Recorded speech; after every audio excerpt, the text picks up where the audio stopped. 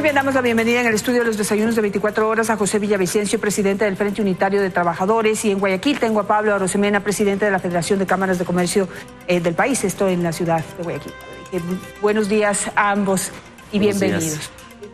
José, bueno, ayer hubo una marcha de trabajadores, es una previa a una marcha mucho más grande que anuncian para el 20 de septiembre, corríjame si no es correcto, y es en protesta por las medidas económicas tomadas por el gobierno. ¿Cuál es el análisis que ustedes hacen?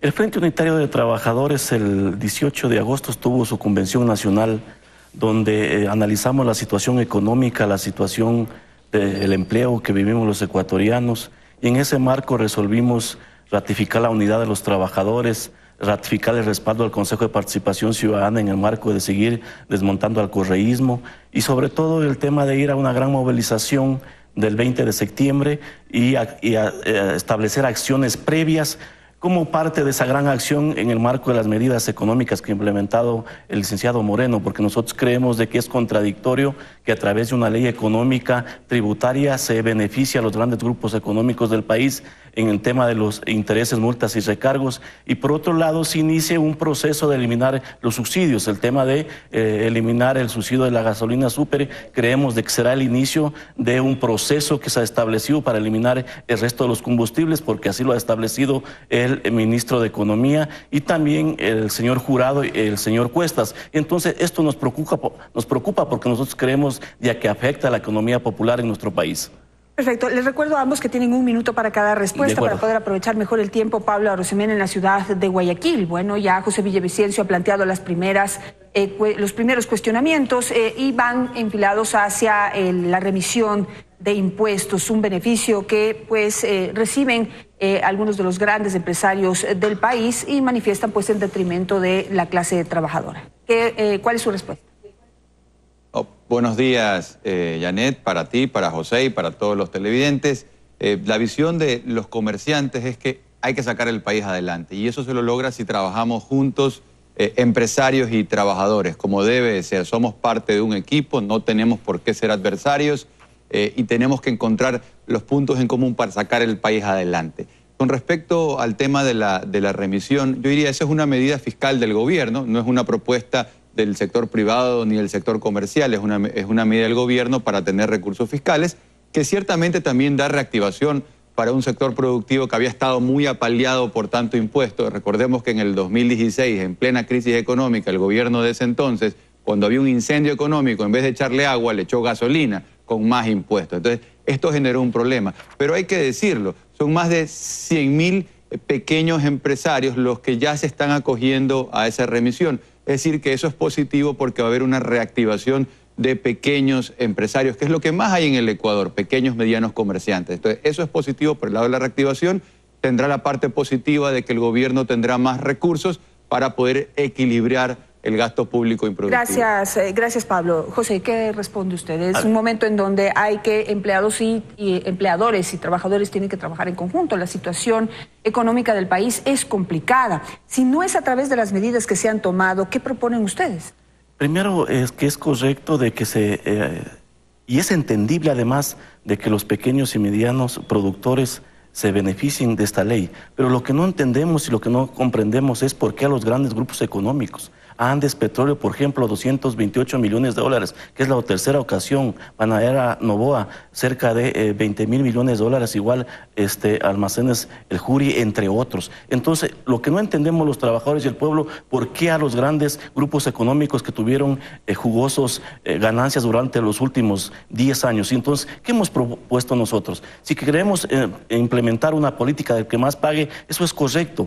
Entonces, hay que establecer una política de ajustar el impuesto a la renta, porque de los 111 grupos económicos del país, cerca de 111 grupos pagan menos del 2% del impuesto a la renta. Solo 36 grupos económicos pagan cerca del 4%. Si ajustáramos de que todos paguen el 2% del impuesto a la renta, tendríamos un ingreso adicional al Estado de 1.200 millones de dólares. Es una propuesta que nosotros planteamos. Hay que cobrar a los grandes morosos en nuestro país. Según las cifras del SRI, son 4.160 millones de dólares que todavía no se les puede cobrar. Entonces hay que cobrar.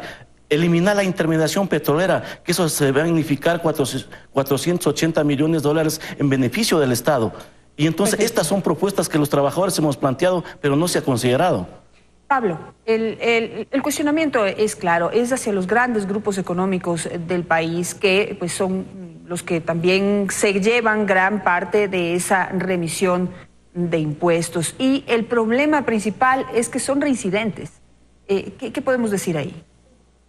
Hay un par de cosas. Lo primero es, hay un principio que se llama la igualdad ante la ley. Todos deben ser tratados como iguales ante la ley. No puedes discriminar porque alguien te cae bien, te cae mal, porque alguien ha sido más productivo en su vida, entonces le ha ido mejor, a este le vamos a dar con un palo más fuerte en la cabeza. Entonces la igualdad ante la ley, yo creo que esa es la razón y es un principio general, por un lado. Por otro lado, como decíamos, hoy por hoy, quienes están accediendo a la remisión tributaria, el 99% de la gente que está accediendo en estos primeros 4 o 5 días, son precisamente esos pequeños y medianos comerciantes. Y luego también traes un cuadro para un poco poner el foco en lo que me parece que es el tema que más debemos de conversar, porque por ahí pienso que está la salida. Nosotros decimos, la inversión necesita competitividad, y competitividad es la clave. Este es el ranking de los países de América del Sur, primero va Chile, Colombia, Perú, y nosotros estamos hacia el final de esta tabla, Ecuador, Paraguay, Venezuela. ¿Cuáles son los problemas? Esto lo hace el Foro Económico Mundial, baja calidad institucional, restricción en el mercado de bienes, falta de libre comercio y el tema del mercado laboral, las rigideces del mercado laboral. Entonces yo creo que por ahí están las oportunidades de mejora para poder reactivar el país, porque de lo que se trata es de sacar el país adelante, es lo que la gente espera de los empresarios, de los trabajadores, que nos pongamos de acuerdo en unas cuantas cosas y que creemos oportunidades para esa gran mayoría de personas que quieren trabajar, pero que no consiguen un trabajo por las dificultades de un código laboral que lo hace muy rígido y muy complicado contratar. José, ¿qué podría responder? A ver, primero es de que es correcto de que todos seamos tratados por igual, porque así lo establece la Constitución. Pero eso no sucede, porque a los trabajadores y al pueblo ecuatoriano, cuando vamos a reclamar porque le ha salido alta una carta de la luz o el agua potable, dicen sí, tiene derecho a reclamar, pero primero pague. Al trabajador, al pueblo ecuatoriano, cuando usted se atrasa de un préstamo, no le dice le vamos a perdonar los intereses, sino que le dan plazos para que pague, si no le mandan al central de riesgos. Entonces, tratemos por igual ante la ley, que eso debe ser así, pero eso no sucede. Segundo, siempre se ha planteado de que se debe flexibilizar la mano de obra. Esa siempre ha sido la posición que ha tenido el Fondo Monetario Internacional. Eliminación de subsidios y flexibilización laboral, porque se comprende o se quiere comprender de que la ley genera empleo y las leyes lo que hacen es normar, regular entre empleador y trabajador o entre patrono y obrero. Y entonces creemos de que porque la ley del Código del Trabajo tiene derechos y obligaciones y que hay que respetarla, entonces la ley no permite generar empleo, y no es así. Hay que ver los componentes necesarios, y por eso nosotros hemos planteado también fortalecer la pequeña y mediana industria, el tema de tecnificar, capacitar el agro, que ahí podemos resolver 2 temas fundamentales, la producción y el empleo, porque también ha habido migración del campo a la ciudad en el tema de no tener políticas adecuadas. Hoy se ha planteado de que se va a dar un ingreso de $200 millones, que creemos de que siendo importante todavía es mínimo ese valor, porque acompañado de eso debe ir la tecnificación y la capacitación para que el obrero, el campesino, el pequeño agricultor esté seguro de su producción, pero a la par de eso establecer políticas de créditos a bajos intereses para que ese campesino, ese obrero pueda generar esos préstamos y pueda invertir en el campo. Entonces, creemos de que no es correcto establecer una política de flexibilización laboral que siempre han planteado las cámaras, que siempre han estado presionando para que eso suceda, y creemos de que eso no es la alternativa para resolver el tema del empleo en el país. Para cerrar este tema, Pablo, ¿qué podría responder usted? Ahí le sonó la chicharra a José. Bueno, yo diría, trabajadores, empleadores, debemos de trabajar en equipo. El trabajo genera capital, el capital genera trabajo, somos complementarios y en el siglo XXI así se lo entiende.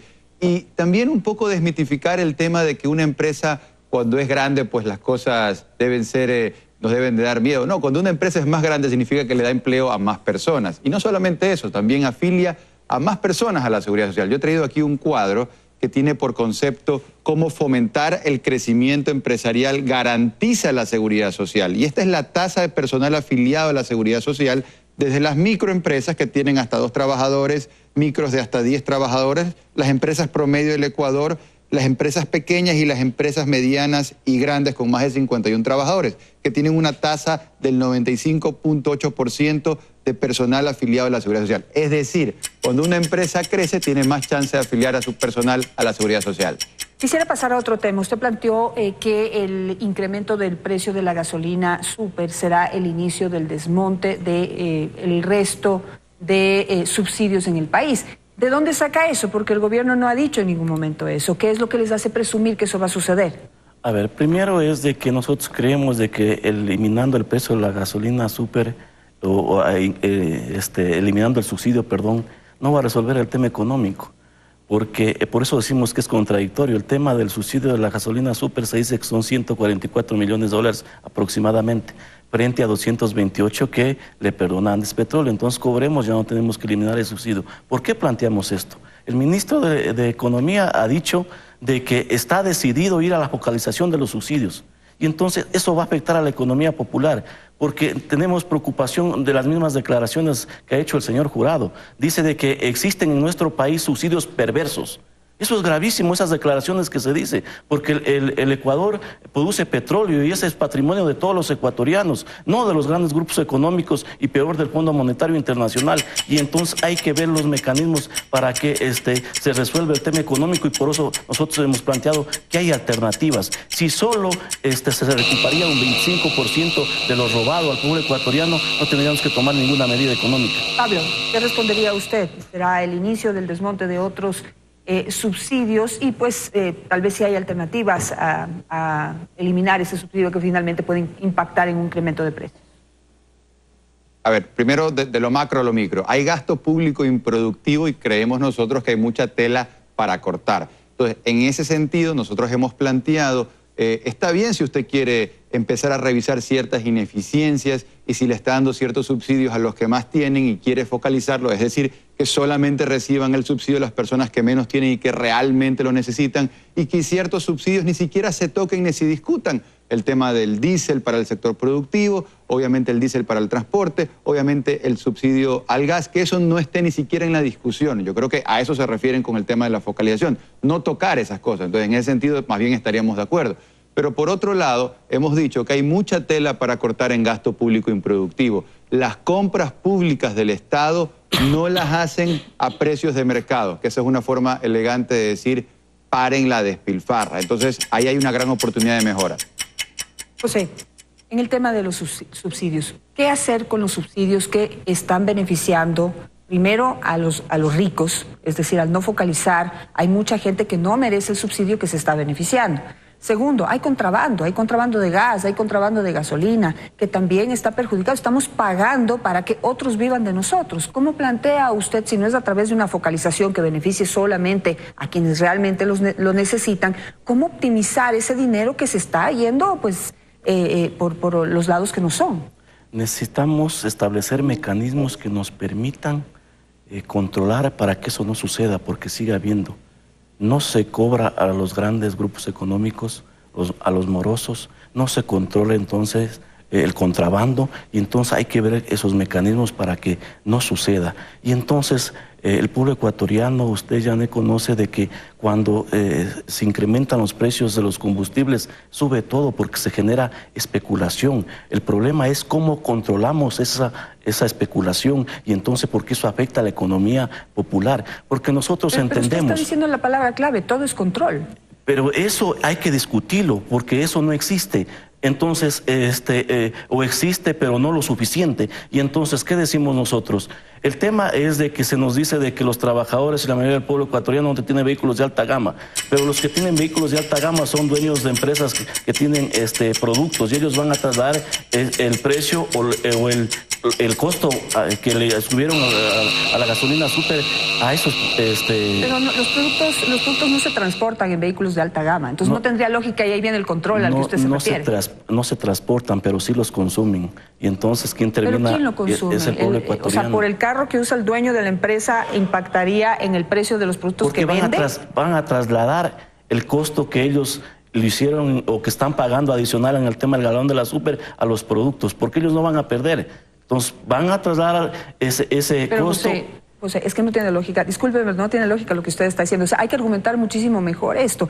Porque si usted tiene un empresario, ¿cuántos carros de alta gama puede tener? ¿2, 3, 4? Son $16 por vehículo en cada tanqueada. ¿En cuánto puede impactar en los productos que vende? Eso no tiene lógica. Yo creo que yo le doy la razón a usted de que hay que cobrarle a los que deben y todos por igual. Pero yo creo que también hay que sincerar que tenemos un montón de subsidios que no están beneficiando a los más pobres, sino a los ricos. Y que tenemos que dejar de acostumbrarnos de vivir del Estado. Hay que dejarnos de acostumbrar a vivir del Estado, pero tampoco es correcto decir de que en el Estado, que somos parte de los ecuatorianos, hay una mala administración y que solo en el sector privado hay buena administración. Si esto fuera así, entonces los buenos administradores que dice que son del sector privado pagarían las multas, intereses y recargos de que no han cumplido sus obligaciones durante estos últimos años. Y entonces no se puede decir de que el Estado es mal administrador y por eso entonces solo se tiene que administrar en el sector privado. Y entonces nosotros creemos de que el inicio de esto, de incrementar los precios al combustible de la SUPRE, va a ser de manera prorrogada o paulatina, como se ha dicho, porque eso lo dice el ministro de Economía, que ya está la decisión tomada. Y entonces nosotros creemos de que es necesario que se discuta, que se debata el tema económico global, no por partes, y entonces ahí, y que sobre todo en particular se discuta las medidas que nosotros hemos venido planteando. Pablo, ¿qué alternativas presentaría usted desde su visión? Bueno, dos cosas. Por el lado del tema fiscal, para equilibrar los ingresos y gastos del Estado, poner foco en ese gasto público improductivo, específicamente cuando tú ves el gasto corriente de bienes y servicios, las cosas que compra el Estado no las está comprando a precios de mercado. Es decir, el Estado cuando compra cosas, las compras públicas, las hace a precios muy distintos de lo que cualquier hijo de vecino podría comprar algo en la tienda de la esquina. Hay una oportunidad de mejora para tener una eficiencia en gasto, por el lado del equilibrio fiscal. Y luego por el lado de la competitividad. Si queremos reactivar el país, necesitamos competitividad. Tres cosas rápidas. La primera, facilidad para crear empresas. A mí me gustaría ver que el día de mañana los dirigentes sindicales decidan emprender su propio negocio. Entonces hay que hacerles que sea más fácil, porque es muy difícil para cualquier persona que poner un negocio es muy complejo en el Ecuador. Hay que hacer que sea más fácil emprender. Primero. Segundo, la mayor facilidad para contratar personal. En el Ecuador es muy engorroso y costoso la contratación. Debemos avanzar hacia el futuro con modalidades modernas. Y tercero, mayor simplificación tributaria, arancelaria y tramitológica para efectos de poder llevar adelante esos negocios. Yo creo que esa es la clave para tener más y mejor competitividad y para poder equilibrar las cifras fiscales. Si se hace esto, Ecuador puede salir adelante, pero lo más importante, tenemos que trabajar en equipo, empleadores y trabajadores. Para cerrar, necesito cerrar esto. Usted puede tomarse un tiempo para responderle a Pablo, pero yo quisiera hacerle una última pregunta al sector de los trabajadores y a los grupos sociales. Esta no es una medida nueva. Durante los 10 años de Correa se aplicaron 2 remisiones a los mismos grupos económicos, pero no se les vio a los trabajadores en las calles protestando como ahora están. ¿Por qué no protestaron en el 2015 como están protestando ahora? Yané, el pueblo ecuatoriano es testigo que el Frente Unitario enfrentó al correísmo, lo enfrentó y lo sigue enfrentando. Fuimos los trabajadores que en el 2014 nos tomamos las calles para enfrentar la corrupción, el autoritarismo, la prepotencia y la represión.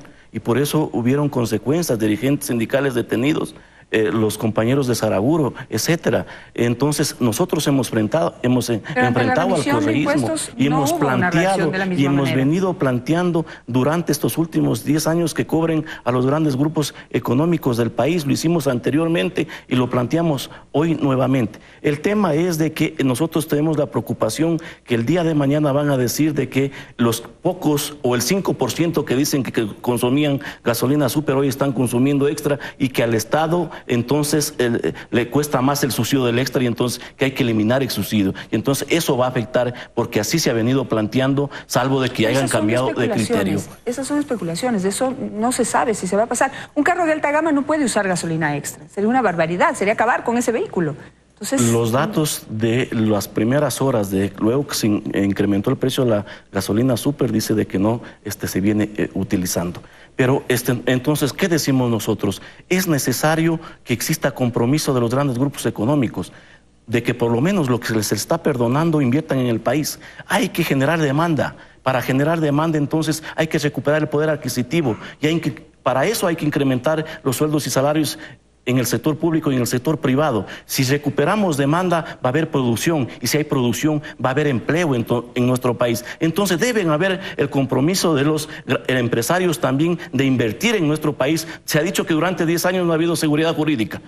Hoy la tienen, tanto tributario, tanto jurídica, y entonces necesitamos de que existe ese compromiso, pero también de que no sigan despidiendo, porque siguen los despidos en el sector privado. Y entonces nosotros creemos de que si ellos han planteado que tienen un compromiso con el pueblo ecuatoriano, entonces perfecto, debe haber ese compromiso de invertir en nuestro país. Un minuto para el cierre, Pablo.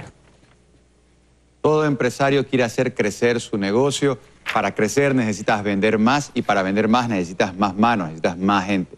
Por otro lado, en el Ecuador, la fuerza laboral, más de 8 millones de personas, tan solo 3 millones tienen un trabajo formal, hay 5 millones de personas que están o en una parte en el desempleo puro y duro, o gente que quiere trabajar con un trabajo formal. ¿Qué es lo que impide que se junten estas dos partes, las empresas que quieren contratar y la gente que busca un trabajo formal? El código laboral. Ahí tienen que apuntar todos los cañones. Tenemos que tener un código laboral que sea más fácil contratar, que esté acorde con los tiempos que vivimos. Los desafíos de ahora ya no son tanto los que tal vez el FUT veía en el siglo XX. Ahora es un tema de tecnología, de capacitación y tener modalidades contractuales que den mayor libertad para que los que quieren trabajar puedan trabajar, y esto permita que el Ecuador pueda salir adelante. Eso es lo que perfecto, queremos los empresarios, eso es lo que queremos los comerciantes, y eso es lo que vamos a estar trabajando, generando oportunidades de comercio, perfecto, oportunidades de empleo para todos. Gracias, Pablo, y gracias a José. Les usted, agradezco buenos mucho días por participar en este debate. Pues los temas están sobre la mesa.